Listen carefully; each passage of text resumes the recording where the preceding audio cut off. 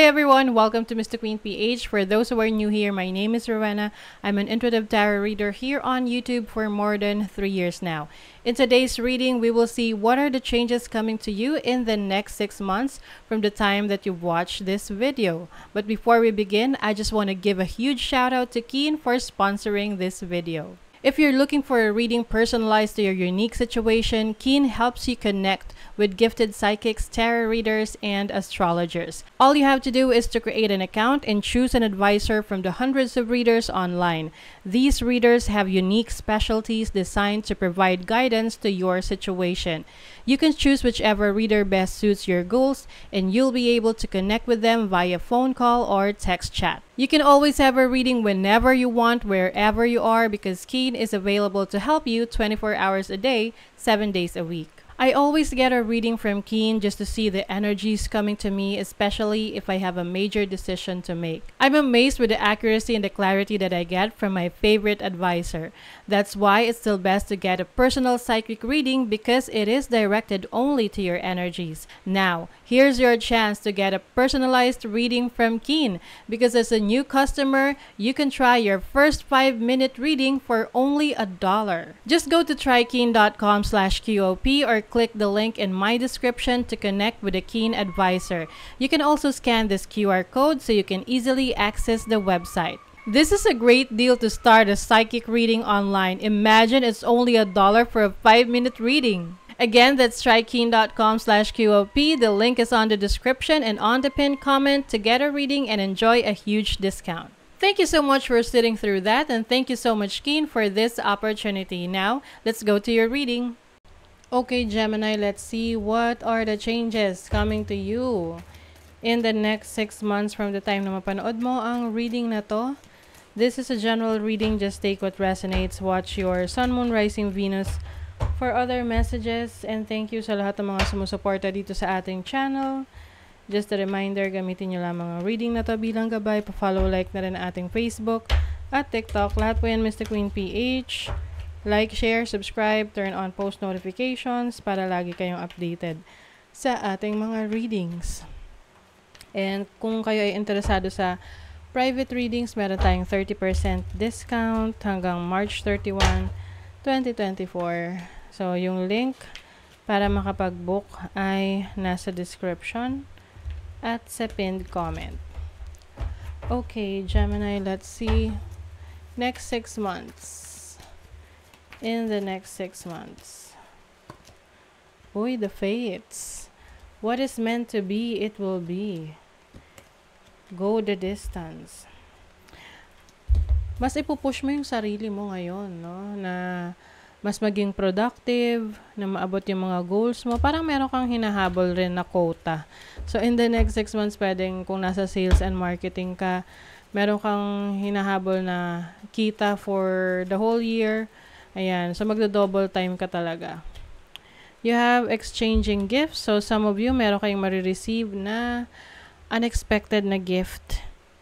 Regalo, no? In the next 6 months. I also see you meeting people na talagang meant for you, no? Hindi lang to sa romantic, ha? Although, of course, pwede rin sa romantic connection. But, yung mga taong meant to be na makilala mo, ay sila talaga yung makikilala mo in the next 6 months to help you grow, to help you with your work, with your career, with your business, no? Let's see what else. Ano pa? Laging lalabas ng Gemini na to. So, energy ninyo, Gemini. So, I think you are going to connect more with a lot of people. Learning din, yung iba may mga pag-aaralan, mga short courses. Magiging interesado kayo sa maraming bagay, no? Ngayon, in the next 6 months. Maganda lang dyan, time management.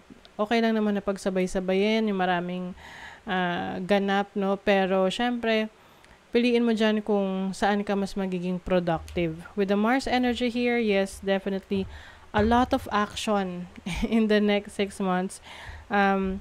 You will also be more competitive, no? Sa trabaho, sa business, sa career.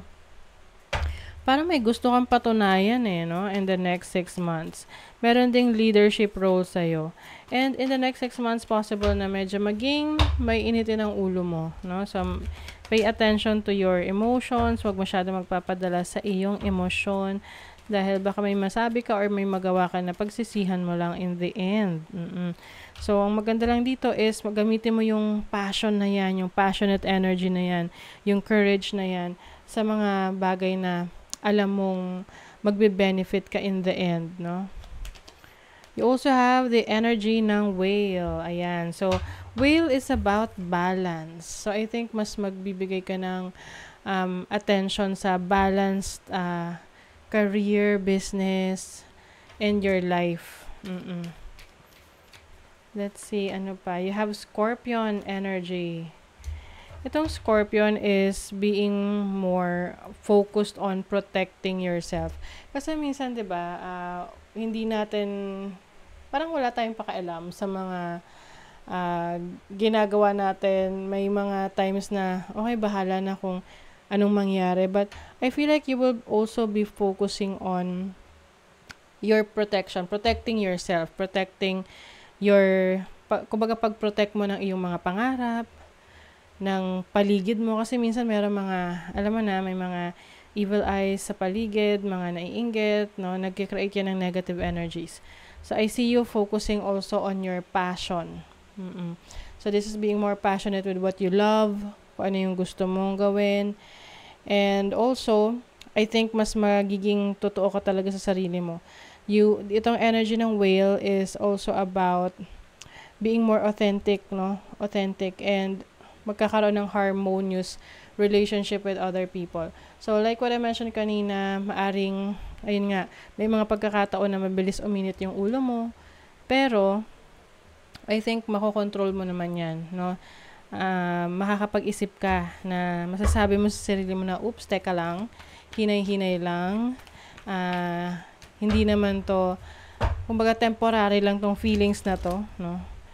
So, pag-iisipan mo bago ka magsalita or kumilos. You also have the Two of Pentacles. So, focusing on your money, your finances. You have the Tower.